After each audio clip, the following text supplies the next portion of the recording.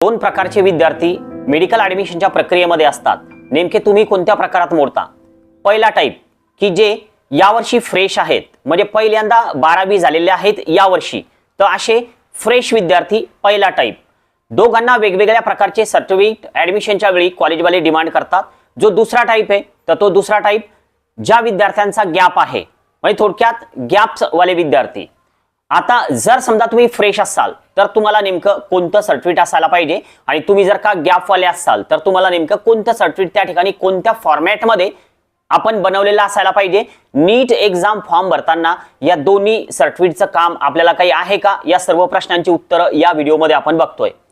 पहिला type fresh विद्यार्थी. जर समजा तुम्ही फ्रेश असाल तर तुम्हाला थोडक्यात गॅप सर्टिफिकेट बनवण्याचं काम नाही. तुमच्यासाठी मित्रांनो लागतं कॅरेक्टर सर्टिफिकेट. आता हे जे कॅरेक्टर सर्टिफिकेट आहे तर बऱ्याच विद्यार्थ्यांमध्ये आणि पालकांमध्ये एक समज असतो की जे कॅरेक्टर सर्टिफिकेट आहे तर ते पोलीस स्टेशनचं बनवायचंय का, तर पोलीस स्टेशनचं बनवायचं काम नसतं. तुमचं जे कॅरेक्टर सर्टिफिकेट आहे, ज्या ठिकाणी तुम्ही कॉलेजमध्ये होतात 12वीला, 11वी आणि 12वीला ज्या कॉलेजमध्ये तुम्ही शिकलात, जिथून तुम्ही 12वी पास केली, तर त्या कॉलेजमध्ये एका फॉर्मॅटमध्ये कॅरेक्टर सर्टिफिकेट तुम्हाला बनवून ठेवायचंय. कॅरेक्टर सर्टिफिकेटचा जो फॉर्मॅट आहे असा काही एकदम ठराविक असा फॉर्मॅट नसतो. प्रत्येक कॉलेजमध्ये वेगवेगळा फॉर्मॅट तुम्हाला उपलब्ध होईल.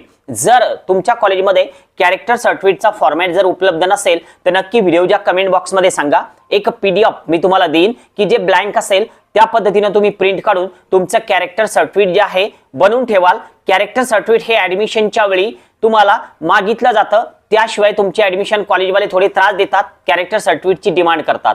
जर तुम्ही फ्रेश असाल तर तुम्हाला कॅरेक्टर सर्टिफिकेटची आवश्यकता पडणार आहे फ्युचरमध्ये, तर त्यामुळं त्याची जी तयारी आहे तर ती तुम्हाला आतापासून करून ठेवायची.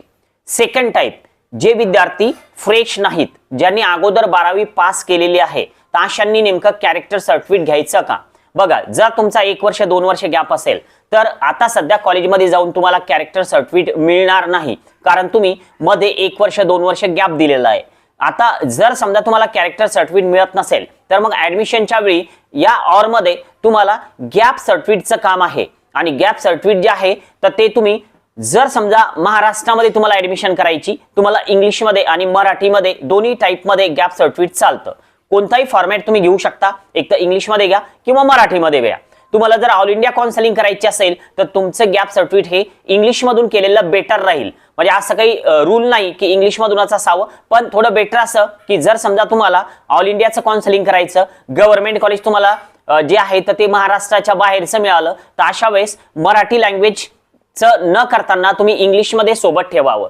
आता जे गॅप सर्टिफिकेट आहे तर ते तुम्हाला मराठीमधून जर काढायचं असेल तर त्यामध्ये तुम्ही कोणत्या वर्षी 12वी पास केलेलं होतं आणि त्यानंतर तुम्ही काय केलं तर हे स्पष्ट गॅप सर्टिफिकेटमध्ये मेन्शन असावं. कारण ज्यावेळेस तुम्ही ऍडमिशनसाठी जाता, सीटी सेलचं अलॉटमेंट लेटर वगैरे सर्व असतं, पण तुमचा जर का 1 वर्ष 2 वर्ष जर गॅप असेल आणि जर वेळेवर जर तुम्हाला गॅप सर्टिफिकेट मागितलं, समजा तुम्हाला गॅप सर्टिफिकेट वेळेवर डिमांड जर झाली आणि ते उपलब्ध नसेल तर तुम्हाला खूप त्रास होऊ शकतो. गॅप सर्टिफिकेट एकदम वेळेवर तुम्हाला तयार करून मिळणार नाही. गॅप सर्टिफिकेट काढण्यासाठी तुम्हाला जवळच्या सेतू केंद्रावर जायचं, एक 100 रुपयाचा स्टॅम्प पेपर घेऊन त्याला ॲफिडेविट करायचं. सेल ॲफिडेविट असलं तरी सुद्धा चालतं. जर समजा तुम्ही आतापासून ही तयारी करून ठेवली तर समोर तुमची धावपळ होणार नाही. नीटचा एक्झाम फॉर्म भरताना गॅप सर्टिफिकेट किंवा कॅरेक्टर सर्टिफिकेट लागते का, तर या प्रश्नाचं उत्तर आहे नो. तुम्हाला सध्या गॅप किंवा कॅरेक्टर सर्टिफिकेटचं काम नाही.